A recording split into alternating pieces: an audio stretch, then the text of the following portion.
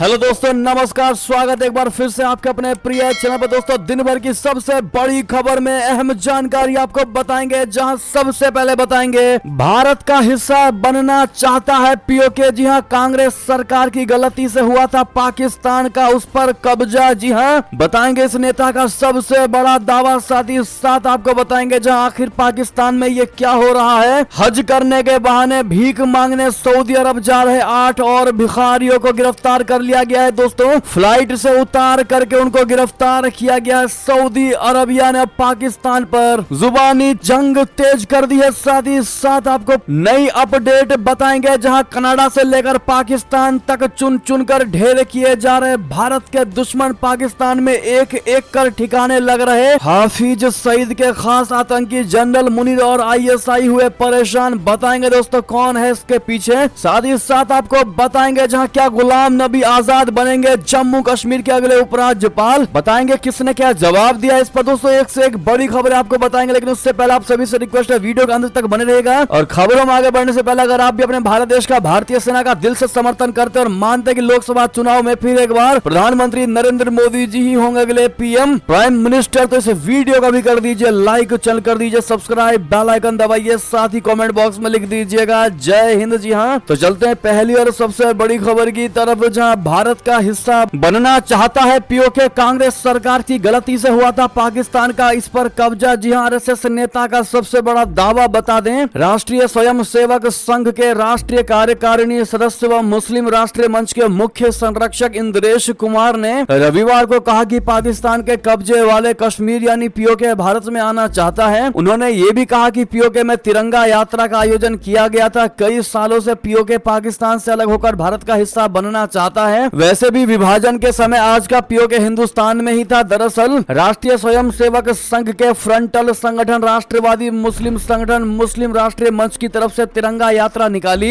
इस विशाल यात्रा में ऐलान किया गया कि मुस्लिम राष्ट्रीय मंच ने ठाना है कि पीओके में तिरंगा फहराना है। संघ के नेता ने कश्मीर के पाकिस्तान के कब्जे में जाने को लेकर कांग्रेस पर निशाना साधा। उन्होंने कहा कि उस समय की सरकार की गलतियों से वो पाकिस्तान के कब्जे में रह गया। UNO के अंदर कन्फ्लिक्ट भी आ गया। इस सब के लिए उस समय की कांग्रेस और पंडित नेहरू सरकार जिम्मेदार है। वो अंग्रेज के चंगुल में फंसकर गलती कर बैठे। अब इस पर दोस्तों आपकी क्या राय होने वाली है। जिस प्रकार से पीओके में ये आवाज गूंज रही है कि वो भारत के साथ मिलना चाहते हैं, फिर एक बार भारत का हिस्सा बनना चाहता है पीओके की जनता, और जिस प्रकार से ये RSS के नेता ने दावा किया, अगर आप भी मानते वाकई में बिल्कुल सही दावा है, तो अपनी राय अवश्य दीजिएगा। दोस्तों, देखते हैं भारत की जनता की क्या राय है। चलते हैं अगली खबर की तरफ, जहां आखिर पाकिस्तान में ये हो क्या रहा है। हज करने के बहाने भीख मांगने सऊदी अरबिया जा रहे 8 और भिखारी हुए गिरफ्तार। जी हां, पाकिस्तान से 16 भिखारी भीख मांगने जा रहे थे, सऊदी अरब फ्लाइट से उतारा गया। चल रहा है बहुत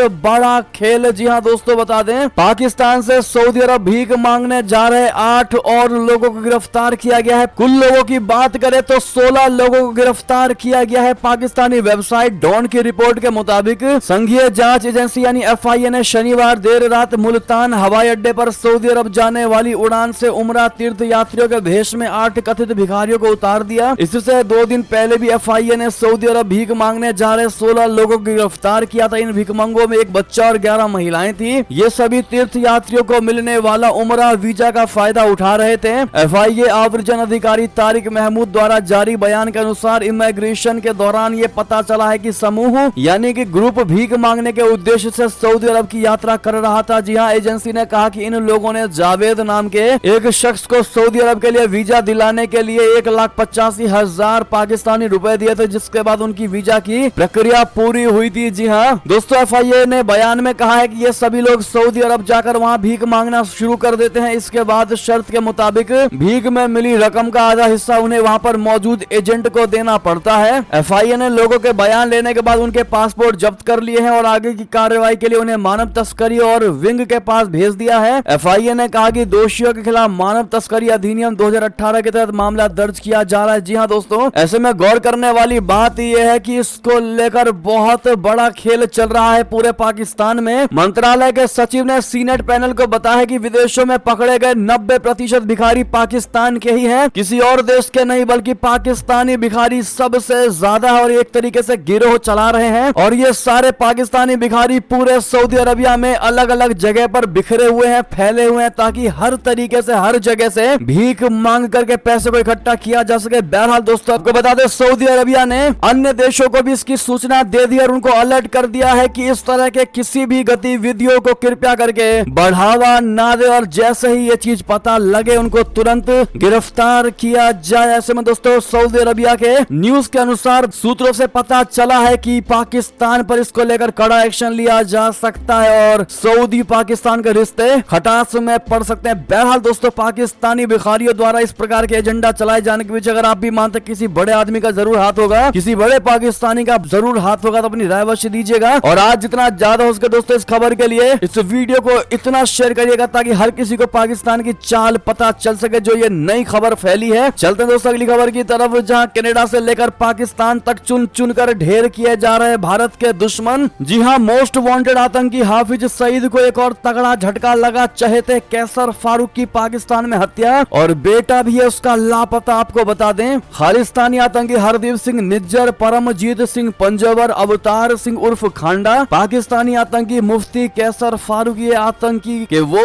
4 चेहरे हैं जिन्हें बीते 6 महीने में मृत्यु दान दिया गया है। मुफ्ती कैसर फारूक पाकिस्तान का मोस्ट वांटेड आतंकी था। ये आतंकी हाफिज सईद के संगठन लश्कर तैयबा का कमांडर था और कराची में से ढेर कर दिया गया। 30 सितंबर की शाम के सीसीटीवी वीडियो में 10 लोग नजर आए। सबसे पीछे चल रहा शख्स गोली की आवाज सुनकर अचानक नीचे झुका और वही व्यक्ति मुफ्ती कैसर फारूक था जो अचानक नीचे झुकते ही गिर पड़ा। इसके बाद भगदड़ मच गई। जी हाँ, और उसकी ऑन द स्पॉट मौत हो गई। ऐसे में दोस्तों सबसे बड़ा सवाल यही है कि लगातार और चुन चुन कर कैसे ढेर हो रहे हैं भारत के दुश्मन। दोस्तों पाकिस्तान में सक्रिय आतंकी संगठनों में सरदार रहस्यमय तरीके से मारे जा रहे हैं और इनकी फहरिस्त लंबी है। उसके चहेते आतंकियों के हत्याकांड के बाद पाकिस्तान में यह बहस हो रही है कि राजनीतिक मकसद से हत्याएं कराई जा रही है और इनके पीछे कौन है। कैसर और जहूर की हत्या के साथ ही पाकिस्तान में फरवरी 2023 में एक और आतंकी बशीर अहमद पीर उर्फ इम्तियाज आलम की हत्या की गई और ये हिजबुल मुजाहिदीन नाम के संगठन से जुड़ा आतंकी था। बहरहाल दोस्तों वजह कुछ भी रही हो, लेकिन जो भी आतंकी मर रहे हैं वो भारत के भी दुश्मन थे। दोस्तों ऐसे में भारत के लिए बड़ी अच्छी और बड़ी ही फैंटास्टिक खबर थी। दोस्तों इस पर आपकी जो भी राय हो कमेंट में लिखकर अवश्य बताइएगा। बढ़ते अगली खबर की तरफ, जहां तुर्की संसद के पास आत्मघाती हमला, आतंकी ने खुद को बम से उड़ाया, दूसरा हुआ ढेर। जी हां दोस्तों, तुर्की की संसद के पास खुद को उड़ाने वाले हमलावर का वीडियो भी सामने आया है। आपको बता दें तुर्की की संसद के पास आत्मघाती हमला हुआ। तुर्की के आंतरिक मंत्रालय ने हमले को आतंकी हमला करार दिया। मंत्रालय ने बताया कि संसद के पास 2 आतंकी थे, इनमें एक को सुरक्षा बलों ने न्यूट्रलाइज कर लिया तो दूसरे ने खुद को संभावित रूप से बम से उड़ा लिया। तुर्की में यह हमला संसद सत्र शुरू होने से ठीक पहले हुआ है। हमले में 2 सुरक्षा बल भी घायल हो गए हैं। दोस्तों इस धमाके के बाद अंकारा शहर में हड़कंप मच गया। इस आत्मघाती हमले का सीसीटीवी फुटेज अब सोशल मीडिया पर जमकर वायरल हो रहा है जो बेहद ही भयावह है। मीडिया रिपोर्ट्स के मुताबिक अंकारा में संसद के करीब विस्फोट रविवार की सुबह करीब 9 बजे हुआ। इस हमले में एक फिदाइन मारा गया जबकि दूसरे को सुरक्षा बलों ने ढेर कर दिया। हालांकि 2 पुलिस अधिकारी भी घायल हुए। सीसीटीवी फुटेज में देखा जा सकता है कि एक कार तेजी से आंतरिक मंत्रालय के सुरक्षा महानिदेशालय की तरफ आती है और प्रवेश द्वार के सामने रुक जाती है। कार रुकते ही एक आतंकी उतरता है और नेशनल पुलिस हेडक्वार्टर की बिल्डिंग के गेट पर पहुंचकर खुद को उड़ा लेता है। जी हां दोस्तों, बात करते हैं अगली खबर की, जहां कुकी नेता ने आतंकी पन्नू से कनाडा में की मुलाकात। मणिपुर में हिंसा भड़काने के लिए खालिस्तानियों ने की फंडिंग। जी हां, मणिपुर में हिंसा के पीछे खालिस्तानी आतंकियों से जुड़े होने के सबूत मिल रहे हैं। कनाडा में रहने वाले कुकी जनजाति के नेता ने अगस्त महीने में एक उग्र भाषण दिया जिससे इलाके में तनाव और बढ़ गया। खुफिया रिपोर्ट में कहा गया है कि यह कार्यक्रम कनाडा के सरे में उसी गुरुद्वारे में आयोजित किया गया था जिसके प्रमुख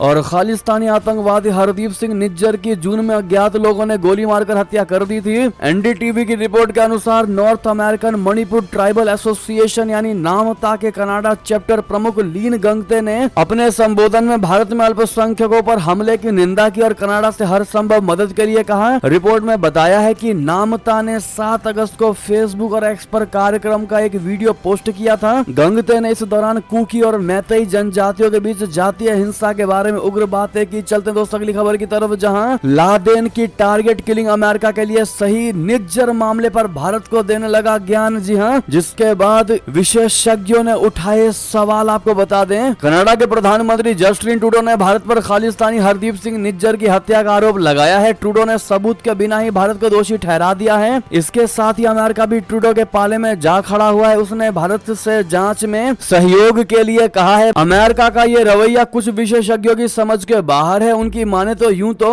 हमेशा से ही विदेशी धरती पर किसी और देश के नागरिक की हत्या बहस का विषय है, लेकिन जिस तरह से भारत पर आरोप लग रहे हैं वो अमेरिका का दोहरा चरित्र बताने के लिए काफी है। भारत इस बात से साफ इनकार करता आया है कि निज्जर की हत्या में उसकी खुफिया एजेंसियों की कोई भूमिका थी। भारत के विदेश मंत्री जयशंकर जी ने जोर देकर कहा है कि टारगेटेड हत्याएं भारत की नीति नहीं है। भारत का कहना है कि ट्रूडो बिना किसी विश्वसनीय सबूत के संभावित संलिप्तता के विश्वसनीय आरोपों के आधार पर भारत को दोषी नहीं ठहरा सकते। रक्षा विशेषज्ञों का तर्क है कि खुद 9/11 के मास्टरमाइंड ओसामा बिन लादेन को पाकिस्तान में मारना अमेरिका के लिए सही है, लेकिन भारत पर लगे बिना वजह के आरोपों पर वो ज्ञान देने लगता है। अगर आप भी मानते हैं कि अमेरिका के बात को किसी भी कीमत पर सीरियसली नहीं लेना चाहिए, क्योंकि अमेरिका जो बातें करता है उसके पीछे कोई लॉजिक नहीं होता और अमेरिका सिर्फ अपने ही फायदे की बात करता है, उसको दूसरे देशों की परवाह नहीं है, तो अपनी राय अवश्य दीजिएगा दोस्तों। और अमेरिका को अब आप लोग किस तरीके से देखते हैं कमेंट में लिखना मत भूलिएगा। चलते अगली खबर की तरफ, जहां स्कॉटलैंड में भारतीय उच्चायुक्त से बदसलूकी पर अब ग्लासगो गुरुद्वारा ने मांगी माफी। खालिस्तानियों पर जमकर बरसे बता दें। ब्रिटेन में भारतीय उच्चायुक्त विक्रम दोरई स्वामी को खालिस्तान समर्थक चरमपंथियों ने स्कॉटलैंड के ग्लासगो शहर में गुरुद्वारा में प्रवेश करने से रोक दिया गया था। अब इसके बाद ग्लासगो गुरु ग्रंथ साहिब गुरुद्वारा ने ब्रिटेन में भारतीय उच्चायुक्त विक्रम दोरई स्वामी से व्यक्तिगत रूप से माफी मांगी है। एक पत्र के जरिए ग्लासगो गुरु ग्रंथ साहिब गुरुद्वारा ने कहा कि सिख समुदाय के पूजा स्थल पर इस तरह के बर्ताव की ग्लासगो गुरुद्वारा की कड़ी निंदा करता है। समिति ने उच्चायुक्त को लिखे एक पत्र में आश्वासन दिया कि इस अप्रिय घटना में शामिल 3 व्यक्ति उनकी नियमित मंडली का हिस्सा नहीं थे। ग्लासगो गुरुद्वारा गुरु ग्रंथ साहिब सिख सभा की तरफ से जारी पत्र में कहा गया है कि 29 सितंबर 2023 को जब भारतीय उच्चायुक्त निजी यात्रा पर पहुंचे तब ग्लासगो गुरुद्वारा में एक घटना हुई। ग्लासगो इलाके के बाहरी कुछ अनजान लोगों ने उनकी यात्रा में बाधा डालने की कोशिश की, जिसके बाद उन्हें परिसर छोड़कर जाना पड़ा। चलते अगली खबर की तरफ, जहां आतंकवाद के खिलाफ लड़ाई में पाकिस्तान का साथ देगा ईरान, सेना अधिकारी ने दिया बयान। बता दें, एक शीर्ष ईरानी सेना अधिकारी ने शनिवार को कहा है कि ईरान के सशस्त्र बल आतंकवाद के खिलाफ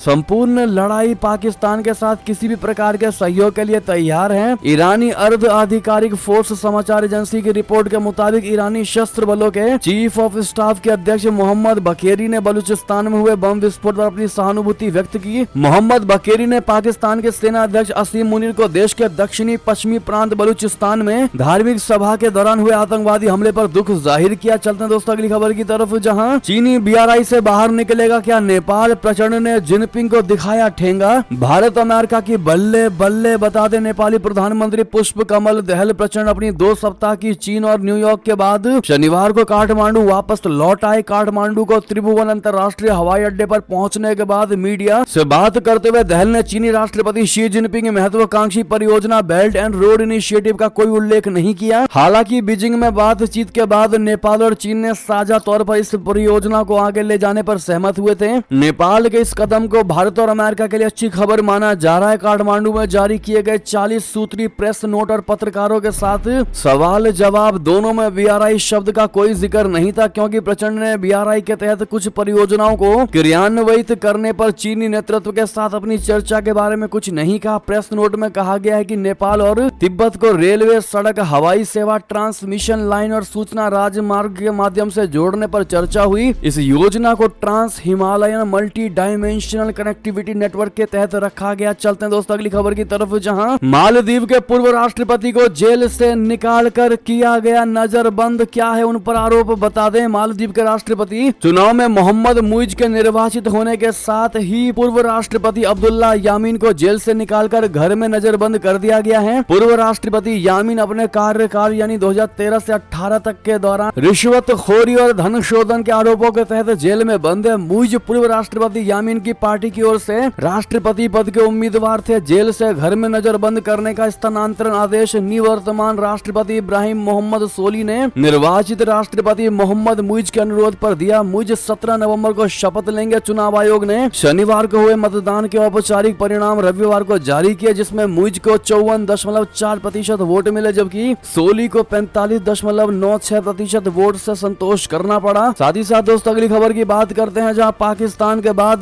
क्या माल मालदीव को कंगाल करेगा चाइना, 50 साल के लिए 17 आइलैंड लिए पट्टे पर। जी हाँ दोस्तों, पाकिस्तान की तर्ज पर चीन ने एक और पड़ोसी मुल्क मालदीव को कंगाल करने की बड़ी गहरी साजिश रच दी है। इसके लिए बाकायदा चीन ने मालदीव की पुरानी सरकारों के साथ मिलकर इस देश में इतना कर्ज दिया कि अब मालदीव चीन का सबसे बड़ा कर्जदार हो गया है। विदेशी मामलों के जानकारों का कहना है कि स्थितियां अब और सबसे ज्यादा बदहाल होने वाली है, क्योंकि 30 सितंबर को हुए राष्ट्रपति के चुनाव में चीन के हिमायती रहे माले के पूर्व मेयर मोहम्मद मुइजू अब मालदीव के नए राष्ट्रपति बन गए। आप जानते ही हैं, इनकी पार्टी के शासन काल में न सिर्फ माले में चीन में स्ट्रीट लाइट लगवाई जिनको लेकर समूचे देश में हंगामा हो गया, बल्कि इस देश के 17 आइलैंड को भी चीन ने बगैर किसी शोर शराबे के पर्यटन को बढ़ावा देने के नाम पर अगले 50 साल के लिए पट्टे पर ले लिया। जी हाँ दोस्तों, साथ ही साथ अगली खबर की बात करते हैं, जहां भारत एक बार फिर जाएगा चांद पर। चंद्रयान में इस बार दोस्त जापान को भी ले जाएगा साथ। जी हाँ, जापान एरोस्पेस एक्सप्लोरेशन एजेंसी यानी जाक्सा चंद्रमा के दक्षिणी ध्रुव के लिए भारत के साथ एक मिशन चलाने वाला है। भारत के साथ मिलकर वो एक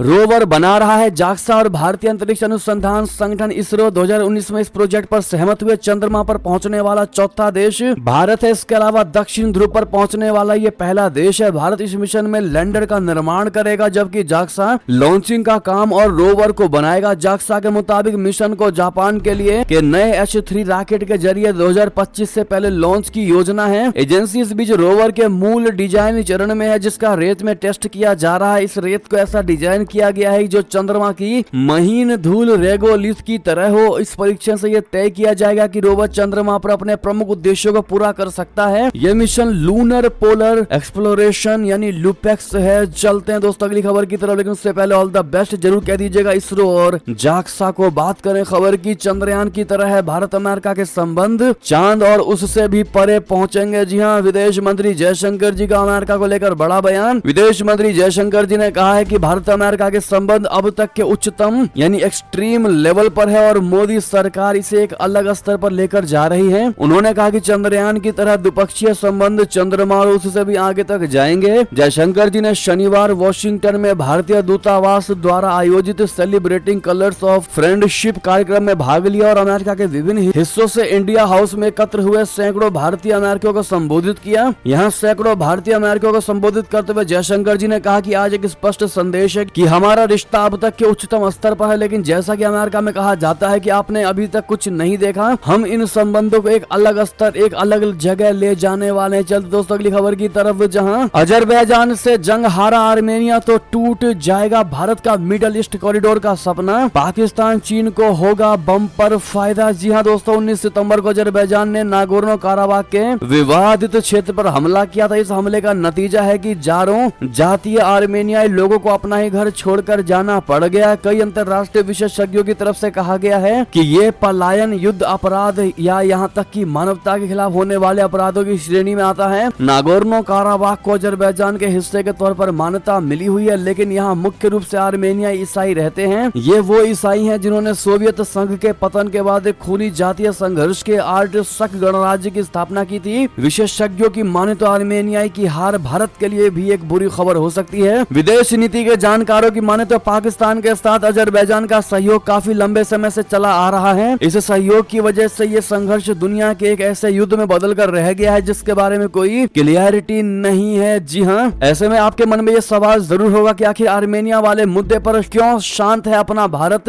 विशेषज्ञ इसे काफी अजीब मान रहे हैं, क्योंकि पूरी दुनिया को पता है कि भारत ने आर्मेनिया के लिए क्या क्या नहीं किया है। हथियार बेचे हैं जिनमें रॉकेट लॉन्चर, तोप और रडार सिस्टम तक शामिल है। भारत को उत्तर पश्चिमी ईरान से दक्षिणी काकेशस तक रशिया या काला सागर तक जाने के लिए एक रेल लिंक की आवश्यकता है। इसमें आर्मेनिया उसके लिए मददगार साबित हो सकता है। जी हाँ दोस्तों, बहरहाल क्या आप भी मानते हैं कि आर्मेनिया पर भारत को स्टैंड लेना चाहिए? देखते हैं भारत की जनता क्या कहती है। अगली खबर की बात करते हैं, जहां गुलाम नबी आजाद क्या बनेंगे जम्मू कश्मीर के अगले उपराज्यपाल। पूर्व कांग्रेस नेता ने क्या दिया, इस पर जवाब बता दे। पूर्व मुख्यमंत्री गुलाम नबी आजाद ने उनके जम्मू कश्मीर का अगला उपराज्यपाल बनने की अफवाहों को खारिज करते हुए रविवार को कहा कि वो इसके लिए इच्छुक नहीं है। कांग्रेस के पूर्व नेता ने कहा कि उन्हें किसी रोजगार की तलाश नहीं है, बल्कि वो जम्मू कश्मीर के लोगों की सेवा करना चाहते हैं। राज्य में ऐसी अफवाह है कि गुलाम नबी आजाद को जम्मू कश्मीर का अगला उपराज्यपाल यानी LG नियुक्त किया जा सकता है। आजाद ने अपनी डेमोक्रेटिक प्रोग्रेसिव आजाद पार्टी यानी DPAP के स्थापना दिवस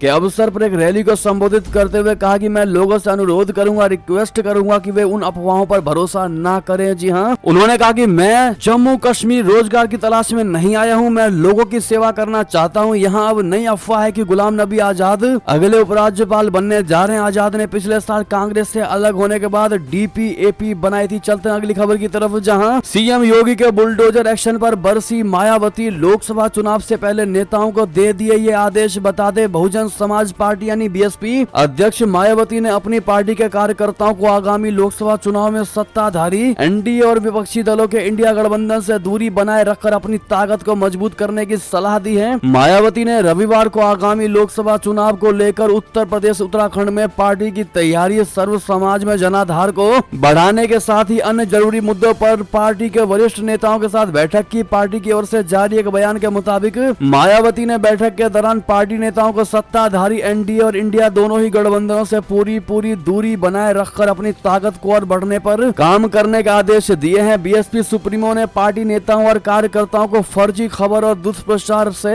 अपने लोगों को सावधान करते हुए कहा कि बसपा विरोधी तत्व राजनीतिक साजिश के तहत बीच में इस तरह के दुष्प्रचार करते रहने से अब भी रुक नहीं रहे, इसीलिए हर स्तर पर सावधानी बरतना बहुत जरूरी है ताकि अपनी चुनावी तैयारी किसी भी प्रकार से प्रभावित होने ना पाए। जी हाँ, अगली खबर की बात करें, जहां super 6 plus super special 1 MP फतह के लिए बीजेपी ने निकाला नया फार्मूला। क्या है खास, बता दे मध्य प्रदेश में 2018 में हुए पिछले विधानसभा चुनाव की गलतियों से बीजेपी ने सबक लेते हुए इस बार जीत के लिए सुपर 6 प्लस सुपर स्पेशल 1 का फार्मूला तैयार किया है। बीजेपी आला कमान ने राज्य के सभी नेताओं को साफ संकेत दिया है कि पार्टी की रणनीति के मुताबिक ही टिकट बांटे जाएंगे और उम्मीदवारों को जिस सीट से कहा जाएगा उसी सीट से चुनाव लड़ना होगा। दूसरी सूची में कुछ नेताओं के टिकटों की घोषणा हो चुकी है और बाकी नेताओं के नाम अगली सूची में आने की उम्मीद है। बीजेपी के सुपर 6 प्लस सुपर स्पेशल 1 के फार्मूले में PM नरेंद्र मोदी पार्टी के सुपर स्पेशल 1 है। जी हाँ, ऐसे में दोस्तों ये तो थी मध्य प्रदेश की बात, लेकिन जो लोग इस वीडियो को देख रहे हैं कितने लोग ऐसे मानते हैं कि लोकसभा 2024 के इलेक्शन में प्रधानमंत्री नरेंद्र मोदी जी ही होंगे अगले प्रधानमंत्री?